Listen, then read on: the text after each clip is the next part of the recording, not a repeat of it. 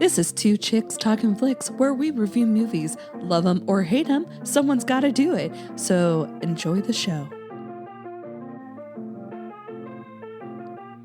Hi, I'm Sarah, and this is Two Chicks Talkin Flicks, and anything else that gets in the mix. And I'm joined today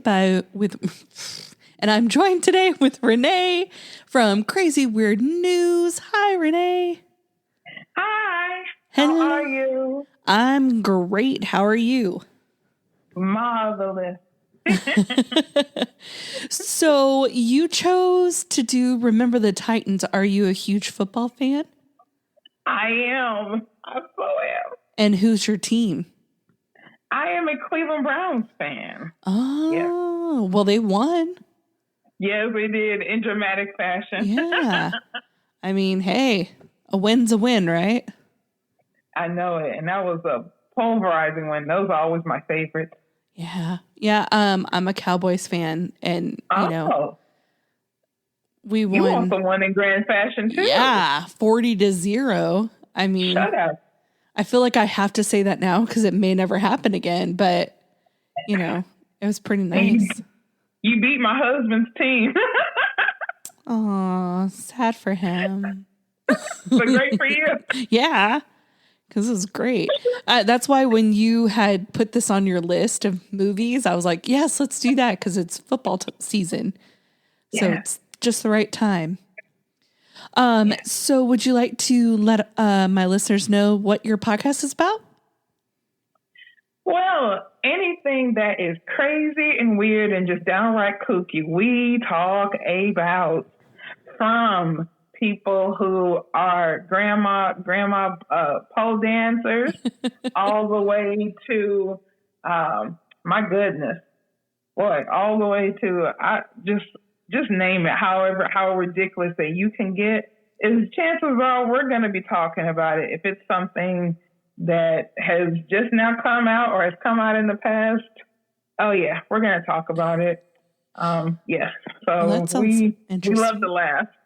Yeah, me too. I'll have to check that out because I do like funny news stories. Yes. It's a spaghetti junction of weirdness. All right. So the big test. Could you tell our listeners just like a 30-second review of this movie, just like an overview of what the movie is about? This movie is about football and family. Football and family. Mm-hmm. And how love between football players affects the entire town. Mm-hmm. It's so awesome. It is. I think that's probably what I could say it. Yeah, but it's got really, really great hits in it too. That is true, on and off the field. Yeah. So what is like a favorite part of the movie, or something that you dislike? Actually, any of those? Okay. You guys are maybe like, oh my gosh. Okay. One of my favorite parts in the movie is actually at the end, because you can see the coach that Denzel plays and the defensive coach, how much they're like, they kind of back and forth, but then when you see them come together during, I forget what game it was, but it was a game that he tossed a banana at the coach, and you saw them come together finally. That's probably one of my favorite parts, because then you saw the ugly, nasty hits and how much they started really playing even better. Mm-hmm. They already were playing great, but they were playing better right there because they finally gelled, including the coaches. Mm-hmm. And that was just like, yes. Yeah, that's actually one of my favorite scenes. And I started in my notes so I could talk about it. When Yost gives his speech that he doesn't want them to gain into the yard and make sure they remember the night they played the Titans. I was like, oh, chills. Yes, you really get it, because it's like, oh. And then Bertier he points his hand at the other coach, his finger at the other coach, and you know it's about to get real. Yeah. I'm like, oh. Yeah, it's so good. Like that, it's just the way he says it, and remember the night that they played the Titans. You're just like, oh, yeah. Ooh, Mufasa. Ooh. I do. It's.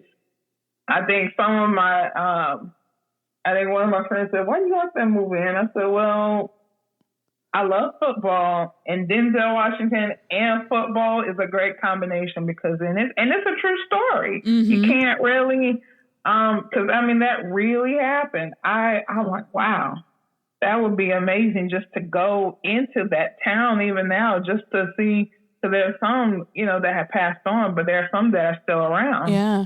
So I'm like, wow, that would be cool just to step foot on T.C. Williams High and just to be like, wow. Yeah, right there. Crazy. Obviously this movie doesn't depict a great time in our history. It's shocking that it's set in 1971. I mean, obviously that's when it happened, but to know that there were still places in the United States that was not segregated, or that were segregated before 1971. It's just like, what? Like, come on, get with the times. So that's why I love Lewis's character and Sunshine, because both of them come from other states, and they're just like, what do you mean? You guys like, they're my friends. What? I don't understand. You're just a person. I'm just a person. We're friends. And they just can't understand why they can't just go into any restaurant in the city and eat something. And, and they're both military kids. And I grew up as a military kid. And so I don't have that either. Like, I'm just kind of like, you're my friend. They're my friend. We're all friends. So it's weird. That's right. I mean, that's how it's supposed to be. Yeah. That's why a lot of times I think that hate is learned. It's learned, but it's such a it's powerful though, the movie, because that one football team started loving on each other, not at first. Yeah. Not at first, but then they change, and it changes everybody around them. I love the part on the end where Gary Bertier's mom comes to the championship game, and everybody's clapping for it, and she goes right down and sits right next to Coach Boone's wife and kids. I was like, yes. I'm like, all right. It's small things like that you kind of see. Yeah. And, one thing I love that I never really noticed before, or maybe I noticed, but it didn't register, is when the coach is, he gets them up really early to go on that run. He's pushing them to the brink, and they're like, Coach, they're high school football players. They're not the Marines, and they don't really understand why he's doing what he's doing, but what he's trying to do, or at least what I took from it, is that he wants them to have a common enemy, and that common enemy is not each other. The common enemy is him. And until they realize that he is the enemy and they're not the enemy, they're not going to be friends. And I was like, wow, that's really powerful. I never really thought of that before. And it's, it kind of, I don't know if it's just me, but I've seen quite a few Denzel Washington movies, and it's interesting because that part that you're talking about there in Gettysburg. Yeah. And have you ever seen a movie that he was in called Glory? And so there's a part of me that I'm thinking to myself like, yeah, well, you were in the movie Glory, which was around the Civil War, Gettysburg and stuff like that were happening. So sometimes I'll be like, but it's so powerful because he's like, I've seen that movie so many times, but he said, I killed my brother with malice in my heart. Hatred destroyed my family. And it's like, ooh. Yeah. And it's like, it's so true. Well, and what sucks is that we're still fighting the same fight. And he says that in the movie, we're still fighting the same fight. And we're still fighting that same fight today. It's in different ways, but it's very similar. It is. You know, there's not a Sunshine. We never really get if he's gay or if he's not gay. But how many gay football players are there? There's very few. And when they do come out, it's a huge news story. Like, oh, look, there's a new gay football player. Like, you know, it shouldn't be a story. It should be like, hey, he's a football player. He happens to be gay. Just like when they started having female referees and line judges and stuff like that on football teams and MLB teams and basketball teams. And I'm like, okay, but they're a ref who happens to be female. Why is this a story? It shouldn't be a story. It should be commonplace and we shouldn't have to talk about it because it should be something we see all the time. And I hate that. Like, well, it's you know, human nature to try to be like, well, this is the way things have always been done, so this is the way it should always be done. This country has been like that. That's why you see that when you see people that rock the boat, at first it doesn't go extremely well because they are changing they're attempting to change what has always been done, right or wrong. It's always been done. I'm like, oof. Yeah. It's really deep because if there wasn't some kind of push, then the United States wouldn't even exist. Yeah. Well, if there wasn't some kind of push. And, you know, like to learn about slavery in the classroom and to learn about segregation and all that stuff is one thing, but to like see it in person is quite another. My mom's family were from Alabama and they still have, or at least, you know, up to like, I don't know, 10, 15 years ago, they still had separate water fountains in this one park. So you could kind of see what, you know, what it was like back then. And it's just kind of like, wow, that was a thing. Like that was real. That really happened. And it's just sad that that ever happened. It is. And it's, my mom had told me about a school that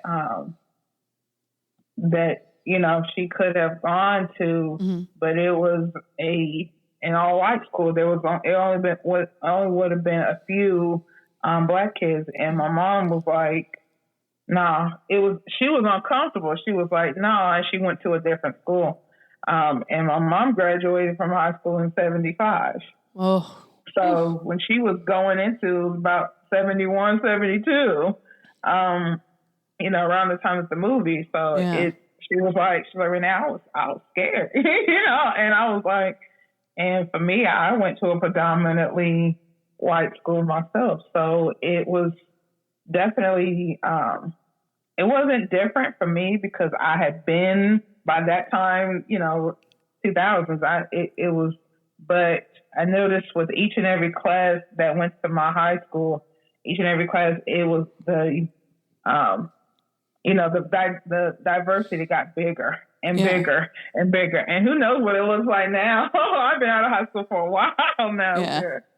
So, but it's interesting. I would say mine was probably more like, I want to say 60, 30, 10. 10 would be other. I think it was a good mixture. Again, I lived by an Air Force base, so we had people from all over that would come to the school. So I think I grew up in a pretty good situation where I got, you know, to meet lots of different. I would say the one category would be Hispanic people. There was a lot less Hispanic people in Nebraska. Just, you know, which is what, you know, yeah, of everybody else, I feel like there was a pretty good mixture of people. That's cool. That's cool. And yeah. I feel lucky to have grown up that way. Not everybody gets to. A lot of people, they either were, you know, mostly black school, mostly white school. And I feel like mine was a pretty good mix. It could have been better. I mean, could have been more diverse, but I think it was pretty diverse. So. And that's good. Because, you know, I think it was more diversity when I went to college.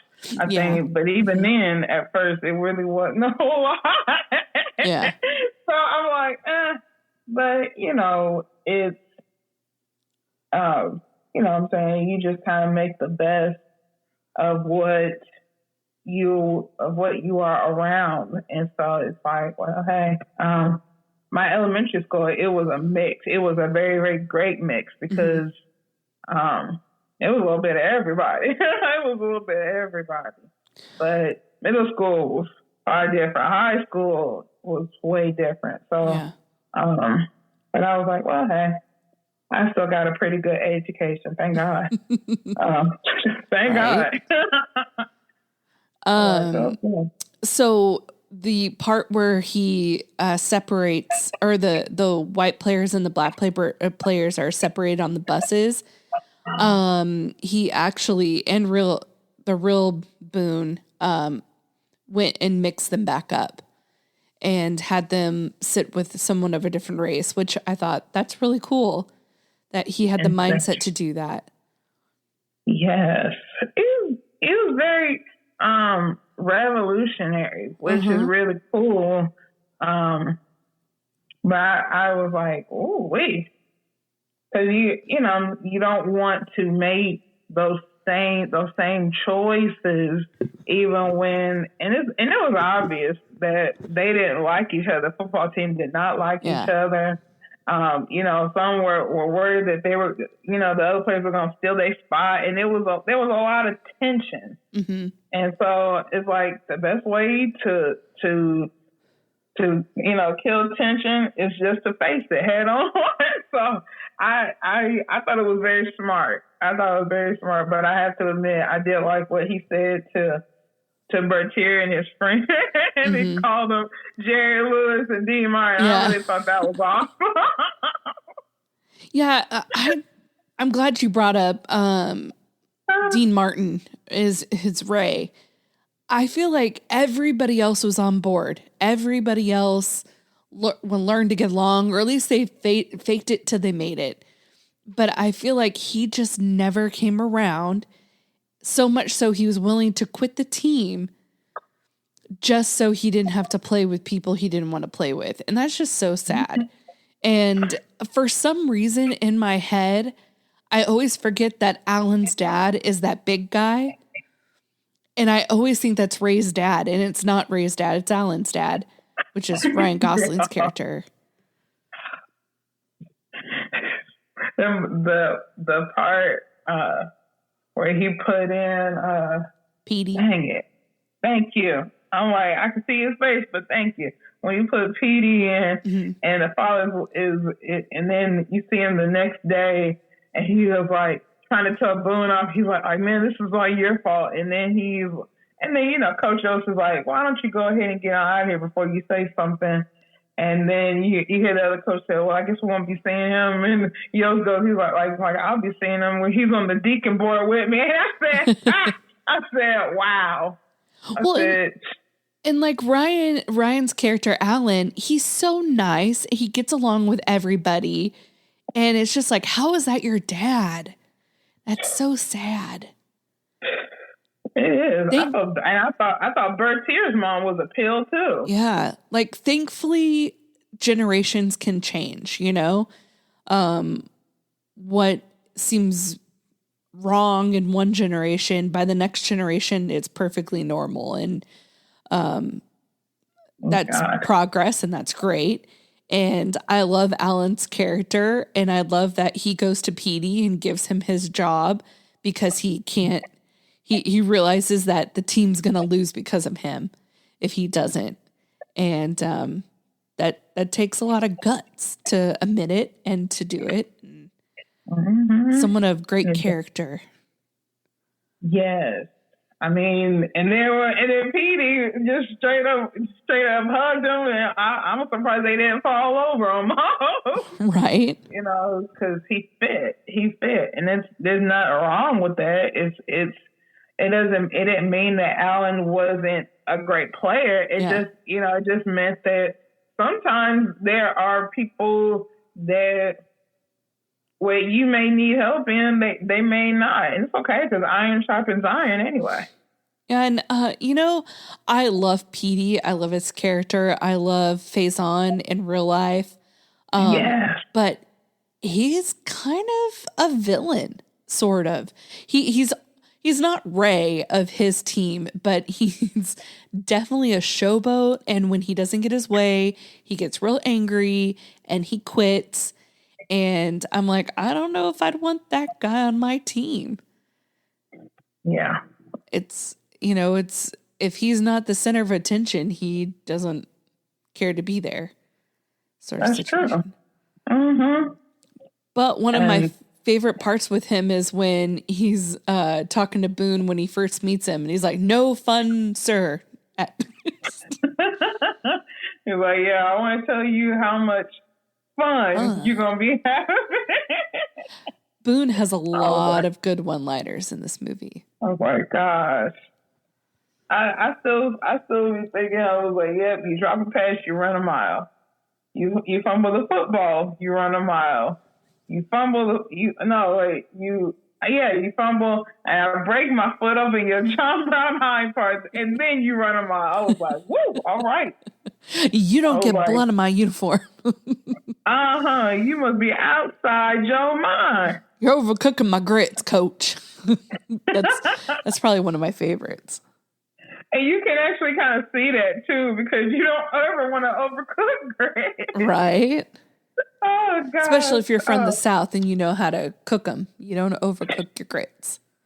Yes, I don't like to overcook. And I'm from up north. I still don't like to overcook them.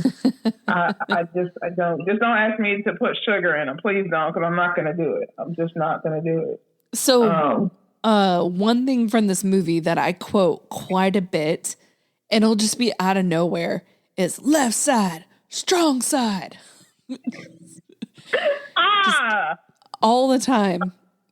I'll just be in the shower and I'm like, left side, strong side. Like, okay. I gotta say it because somebody will be like, what? And I'll be like, fake 23 blast with a backside Georgia verse. You got that? Fake 23 blast with a backside Georgia verse like you like the pin the point. Let's go get him. I'll be like, ooh. I'll be feeling that every time he says that because I was like, ooh, this is good. I'm glad that you got that because I tried to write it down and then I was like, I don't remember what he said. I was like, something about Georgia Blast. It is my absolute favorite because it's like, I mean, because even Coach O, he's like, man, he's on to your game. You got to throw something at him that he's not ready for. And I was like, ooh. He's like, Rev, you ready to run? I was like, ooh, this is good. I was like, this is good. I didn't see it, of course, in theaters when it came out. Oh, really? I did not. I don't know where I was or what was going on, but to tell you how old school I am, my mom got it on tape. So I have it on tape too. See, there we go. I remember watching it and watching it, and then it would come on TV, and I'd watch it, and I'd be like, yes. But my friends would look at me whenever I would say that play, and they would be like, man, Renee. And I was like, I know. I'm such a football woman. It's weird. So would you say you're more of a Cheryl or are you more of a Nikki? Cheryl. Absolutely. Me too. I'm more of a sure. I love that their disdain for one another is nothing to do with race. It has purely everything to do with the fact that she's girly and she's not. Yes. And it's like, why are you dressed like that? And it's like, ooh, but it's so cute because, you know, and then you see Coach Boone like, yeah, we just all getting along here, aren't we?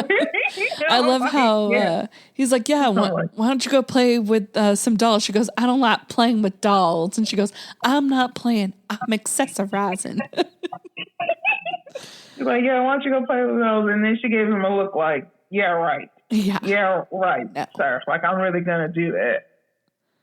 You know, but then it's like, I could feel, because the part on the end where Cheryl was like, yeah, and Gabriel Tillball this, and the other little girl was like, I do not care. And it's like, sometimes I feel that way when I'm talking football to my husband. Because he's being nice, but sometimes he's like, baby, I didn't really get into this stuff until you, and I know you've been getting into it all your life, and but I'm not going to tell you that. I'm not going to tell you I don't care, but sometimes he'll be like, oh, okay. And I just know to stop it because he may not get what I'm saying. Yeah. Some guys just can't hang, you know. It's fine. I just leave it alone there. You know, I'm convinced that my mom was shouting at the television while she was pregnant with me. I'm convinced of that. Well, my mom wanted to be a sports broadcaster. So she loves sports. She grew up watching stuff with her dad. She used to go to my uncle's baseball games and would do the scores. And my dad, he played sports, but he doesn't really watch sports. Like, he watches them with us and he'll talk about them and he'll wear the shirts, but he doesn't really care. Like, if we changed the channel on accident and all of a sudden we were watching, I don't know, the Lake Monster show, he'd be like, oh, okay, that's cool. We'll watch this now. And see, and that makes sense because it's like, okay, I tell you this there.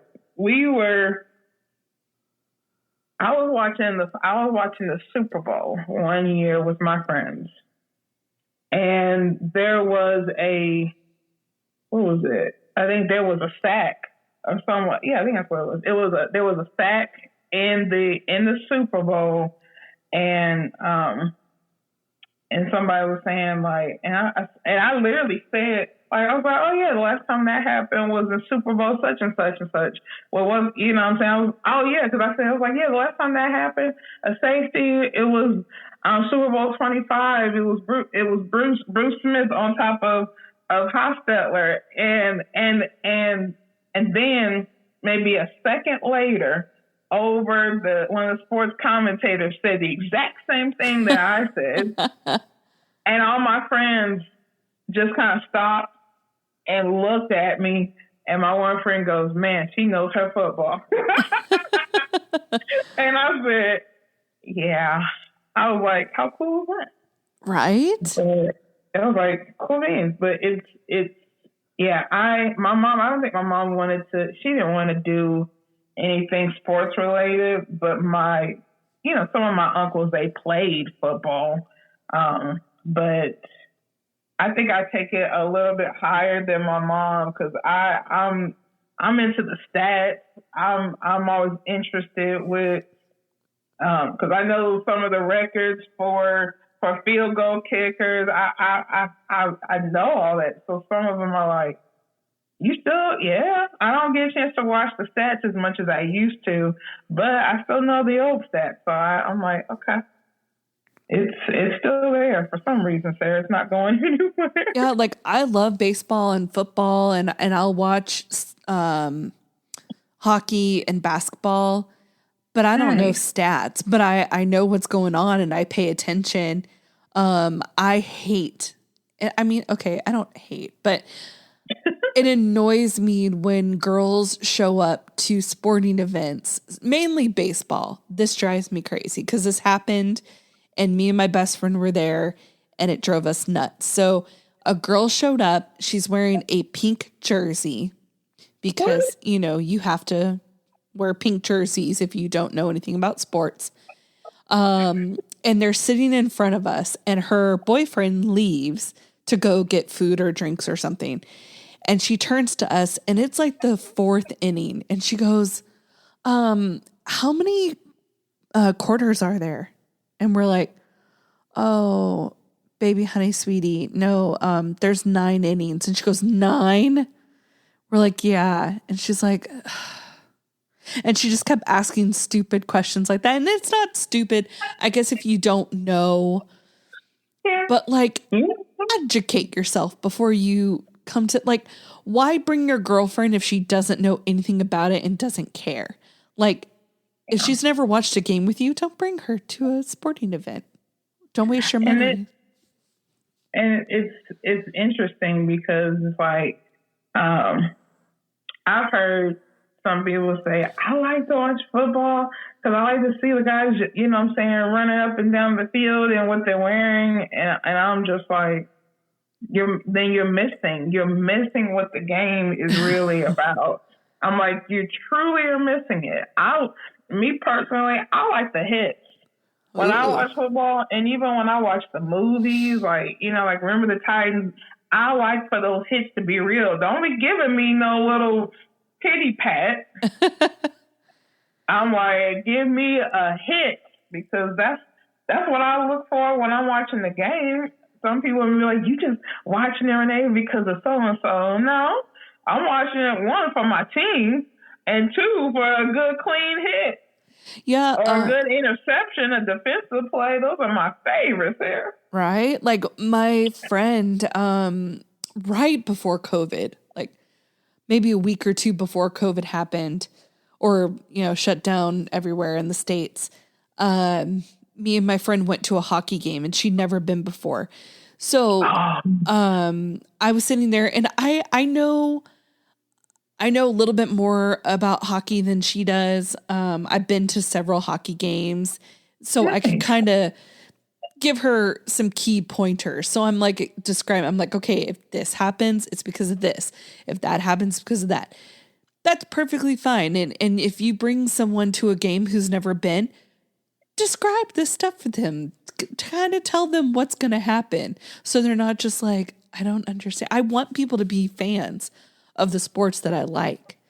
But if you don't properly explain stuff to them, then they might be bored and they might hate it. And then we'll have another person that doesn't like a sport.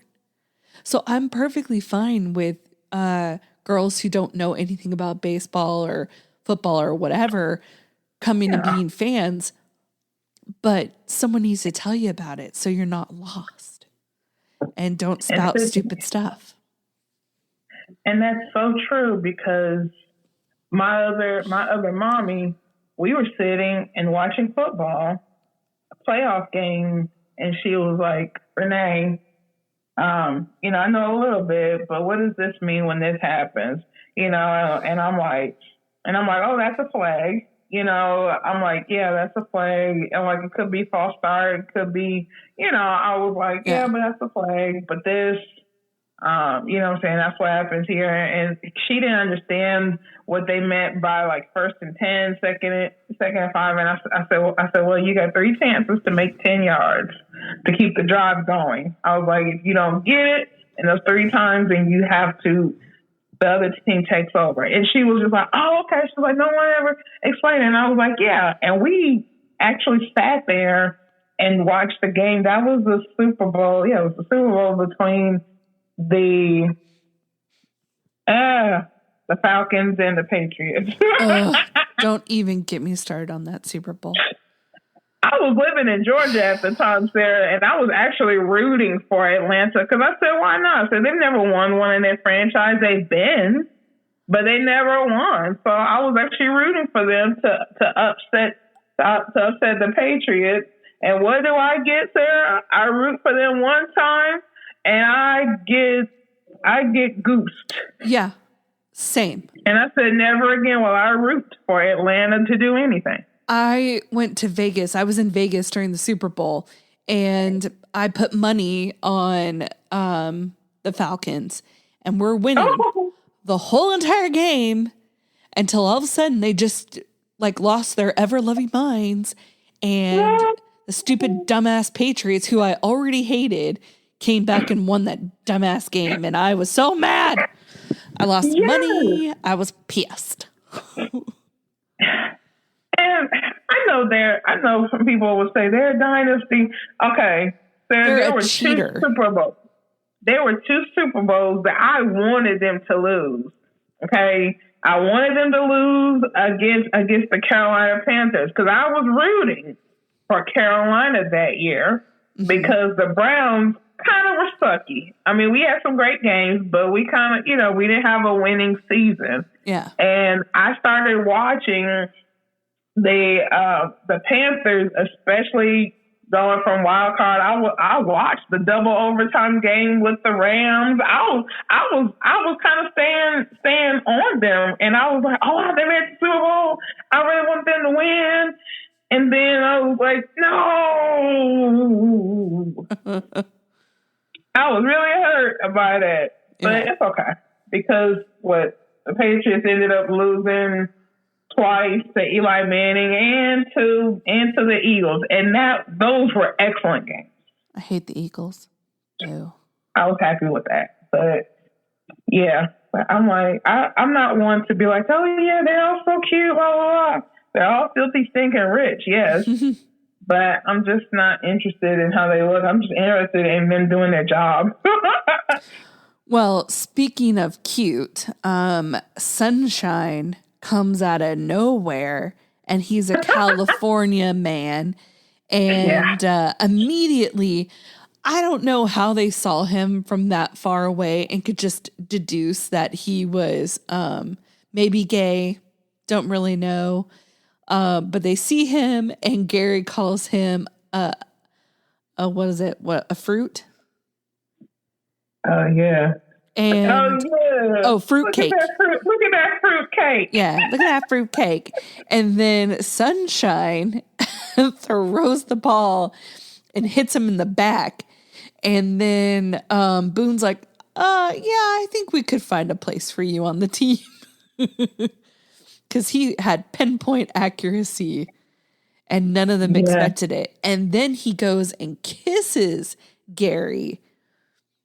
And that starts a whole thing. And that's hilarious. It was so funny. I love that instead of being mad about it and being pissed off, his form of revenge was to hit on him. Yes, because it was like, and you see everybody like, oh, and you don't know if he was just messing with them. Yeah. And even Petey said something later. He was like, man, you was messing with him. You're not really he was like, what are you talking about? He's like, yeah, it don't mean nothing to me. I just gotta know. Yeah. He's like, I'm your roommate, stop messing with me, man. He's like, you don't try to think I'm messing with my mind. And then they had all the mama jokes. That whole scene is just insane. We have the fruitcake part, the haircut, a kiss, mama jokes, and Ain't No Mountain High Enough. Just all in a very short amount of time. Yes. It's well done. And it is so funny. And then it's mixed with great music. Great music of the time. And I was like, oh, and I love the song with Ain't No Mountain High, Ain't No Valley. No. I'm like, woo.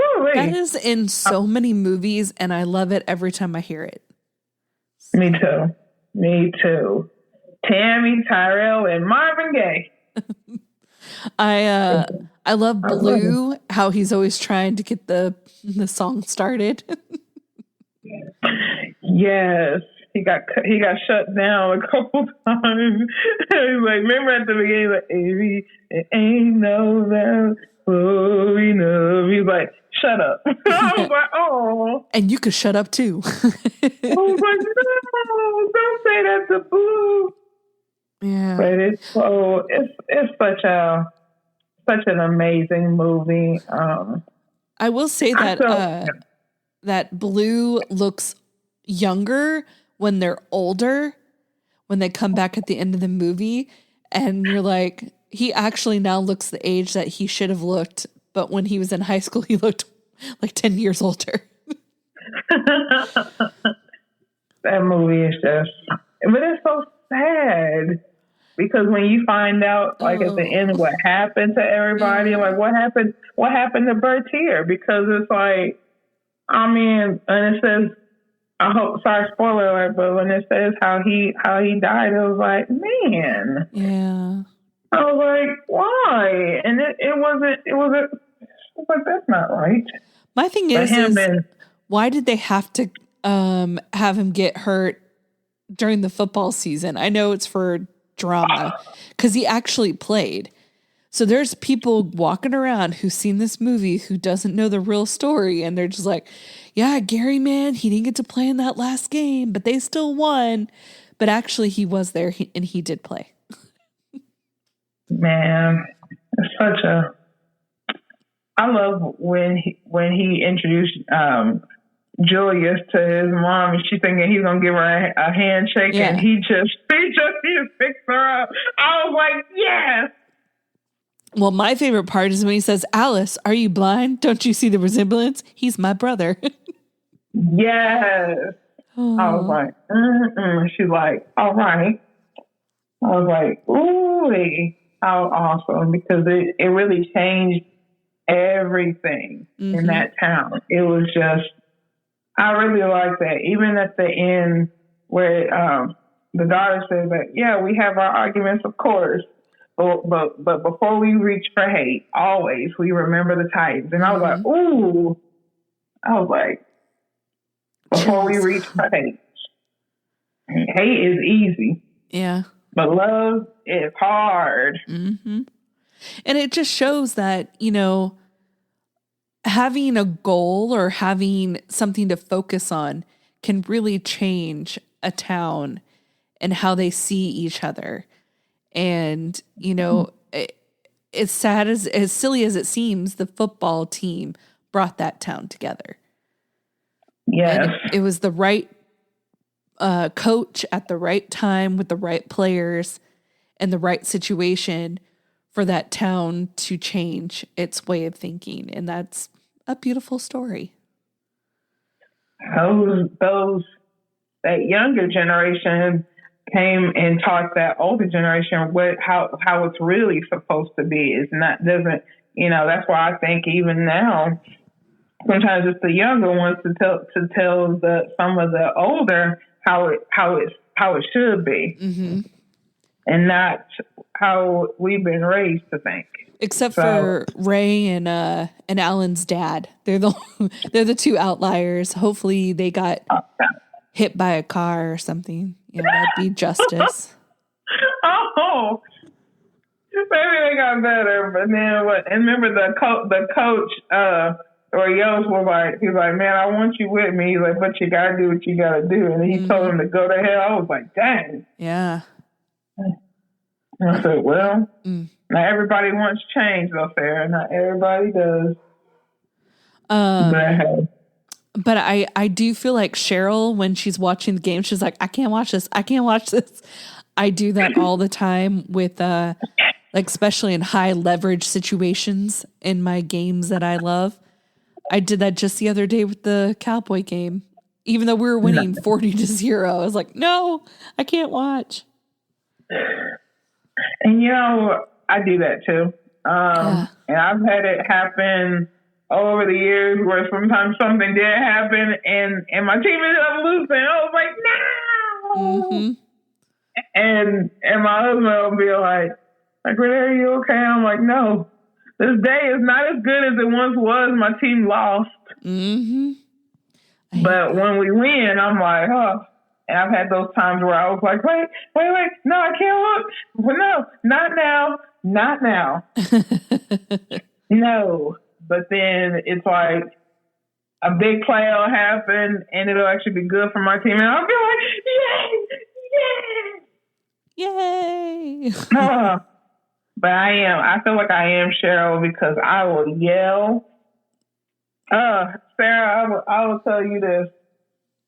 My mom and I it was to the point that I went away to school and she knew, and just like I knew, not to call Mom during the game. Yeah. We called each other. She would call me during commercial break. She respected my football. I respected hers. Uh-huh. This one particular game we were watching, funny enough, we were watching a Browns Bengals game. And all of a sudden, like the game came back on quick and the Browns were backed up in their end zone. I mean, we was all the way backed up. And our quarterback comes out to pass and they're blitzing and he goes all the way to the right and he throws a pass and our wide receiver caught it and runs it in for like a 99-yard touchdown. Uh-huh.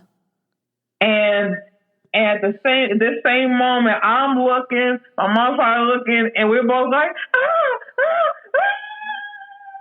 and my mom's like, did you see that? And I'm like, I saw it. Did you see that? And we're just hooping and hollering. And she's like, I'm going to call you back. And I'm like, okay. And we got off the phone real quick. And then she called me when it went on commercial again. She was like, oh my gosh, that's her mom. That's the longest pass in Cleveland Browns history. I was like, oh my gosh. And it was just, you could hear us both over the phone. I was like, oh well, that was so much fun. Completely fun. One thing that I like in the movie is when he says, Boone says, I may be a mean cuss, but I'm the same mean cuss to all of them. And I like that. Because I don't show favorites either. If I'm a jerk to one person, I'm a jerk to everybody. Or I'm nice to everybody, you know? I keep it level. He was. I mean, if he was going to be mean, hey. And he was like, "What?" He was like, yeah, you may think that you're being good, protecting them from big bad Boom. You're taking my legs from under me. Mm-hmm. You're crippling them for life. You're overcooking those grits, Coach. But it's that's such an awesome movie. I wish it would have won some awards because I really believe it's just that good. It is really good. It is just that good. One thing that I find interesting is that the way he talks is like, especially the whole Jerry Lewis and Dean Martin part. You could not talk to a kid like that nowadays. You would be fired. And he didn't even say anything inappropriate or wrong. But if you got in a kid's face and even said anything remotely close to what he said, you'd be fired. And that's a shame. Absolutely. I mean, but it was the way he said it was genius. And he wasn't loud. He wasn't mean. He just was like, okay. He was like, I need to set you straight, but I'm going to set you straight somewhat nicely. Yeah. And he tore into him. I think that's the genius of Denzel Washington as an actor, because it's almost like whenever he tears into somebody in a movie, he does it nicely, but the words are like bullets. Who's your daddy, Gary? I was like, ooh. He's like, and is this your team or is this your daddy's team? I was like, shoot. I said, no, he didn't. Yes, he did. I love that so much. So I want to say that. Is there anything else in this movie that you really love or that you want to talk about?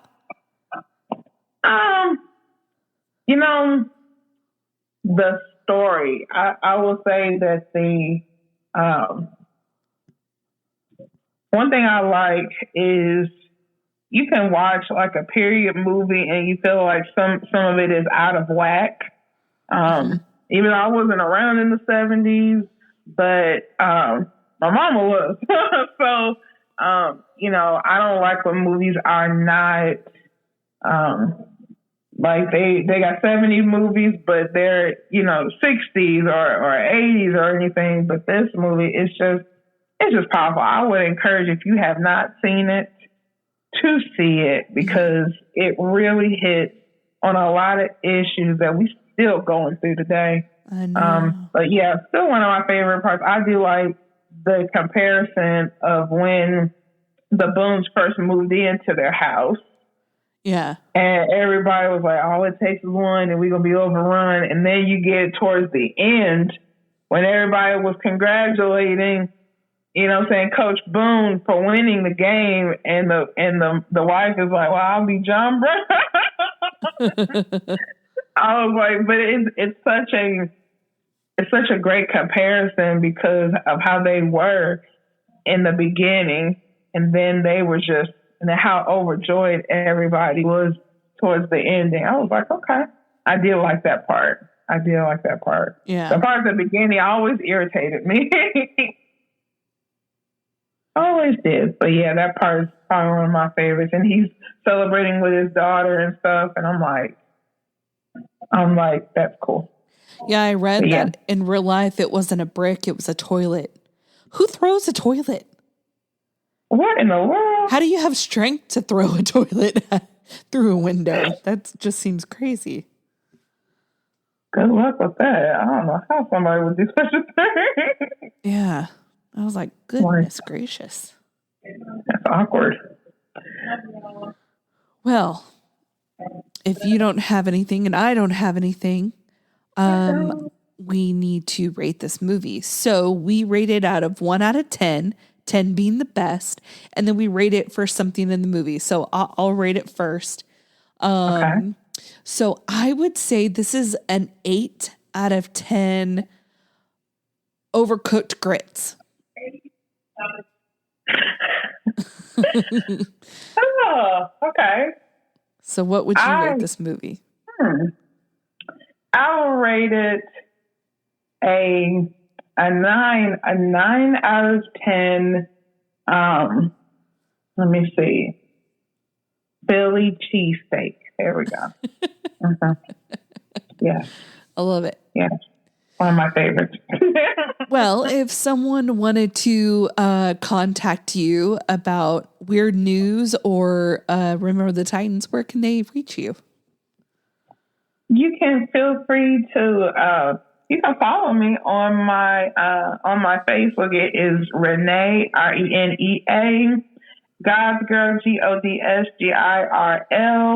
Linsom, LINSOM. Feel free to follow me. Woo! And you can always find us at Two Chicks Talkin Flicks on all platforms. And until next time, bye! Bye! This episode was produced by Two Chicks Talkin Flicks. Music was produced by Michael Girvani. If you like this episode, please like and subscribe. If you'd like to be a part of the show, have a movie suggestion, or just want to give us some love, you can email us at twochickstalkinflicks@gmail.com. Thanks, guys. Toodles.